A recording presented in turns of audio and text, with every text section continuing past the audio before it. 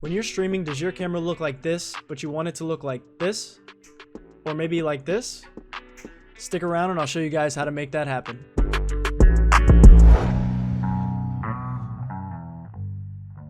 What's going on, guys? How you doing today? My name is BPat, and today I'm going to be showing you how to get that perfect lighting for your stream setup, and I'm going to be showing you how to do that on a budget. First things first, I want to give a huge shout out to Schiffer. I'll put his link down in the description. He actually created this idea and I just brought it to fruition, and I figured I might as well do a little tutorial since he didn't on his channel. So let's waste no time and let's hop right into the video.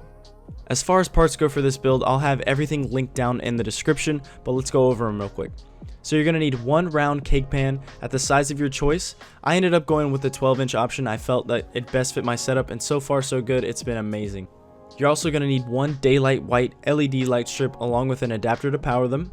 You're going to need one sheet of diffusion fabric. I ended up going with the 12 by 5 foot option. However, this is way more than you're going to need. So in order to cut costs, you can go with something a little bit smaller. You could go with a different brand, but there definitely are cheaper options. I also went with a small rig super clamp so I could attach this to an extra tripod I had lying around. However, this is completely optional. There are other ways you can get creative with it, mounting it above your setup, but for me, this was the easiest option.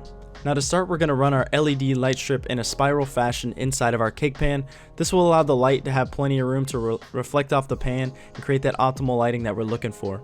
Also, be sure to angle your cord outward to make things easier to power when you're adding the diffusion fabric on later.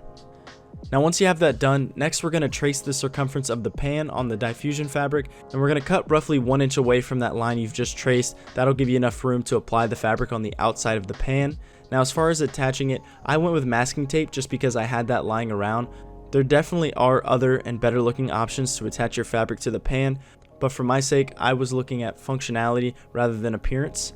I just want to have that final product, that perfect lighting on me. Now when you're attaching the fabric, you want to be sure to cut a slot out so you'll have room to apply your clamp and you'll have room for your cord to come out. I definitely recommend applying multiple layers of fabric in order to soften the light because it is somewhat harsh with only one layer of fabric. I ended up going with 2. As you add more layers of fabric, it's going to soften those shadows, make the light less harsh, and give you that perfect professional look. And it's easy as that. Now let's check it out when it's added to my setup.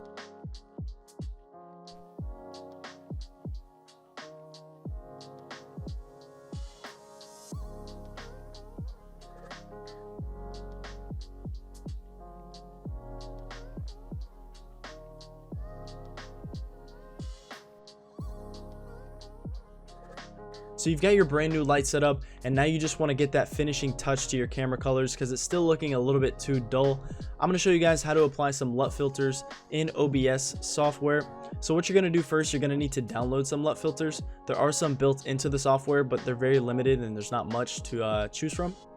So I put a link in the description. Huge shout out to GamingCareers. They have a free 30 pack on their site. Go ahead and download those. And then once you have those downloaded, you're going to want to go to your webcam or capture device. Now, since I'm using the Lumix G7, Elgato is going to be my video capture device. You're going to want to right click, hit filters. And then from there, you're going to want to go down here to the bottom left corner, hit the plus icon, and then apply LUT. You can name it whatever you want. I'll name it test. And then you're going to want to go to browse. Now you're going to want to find in your computer where you save those LUTs. I put them in the default folder just to make it easier whenever I click on it every time. And then from here on, it's really personal customization. You can do it however you want. I have a couple personal favorites. I really like the Moreno one. It kind of brings out some darker greens and blues, gives you that nice contrast. And then I also throw Harmon on there to bring out the reds. And I just feel like this is like the perfect colorway for me. Once I have some more background lighting, I think it'll be a little bit better, but I love the way this looks, and you can play with them. What you can do is actually use this amount slider, and you can choose how strong you want the filter to be. I keep both of them at 0.5. I think it's a nice balance, and that's just my personal preference. So you guys have your brand new light, you know how to apply LUT filters in OBS, you're ready to stream, you're ready to make videos. Hope you enjoyed this video. If you did, make sure you hit that subscribe button, leave a like, follow me on Twitch, and one more thing, guys, I have started a Discord just to create kind of a community. So make sure you hit the link in the description, hop in the Discord, we'll be chatting it up, I'll be posting updates on videos, when I'll be live streaming, all that type of stuff. So hope you guys enjoyed this video, appreciate the love, hope you guys have a great day. That's it, I'm out.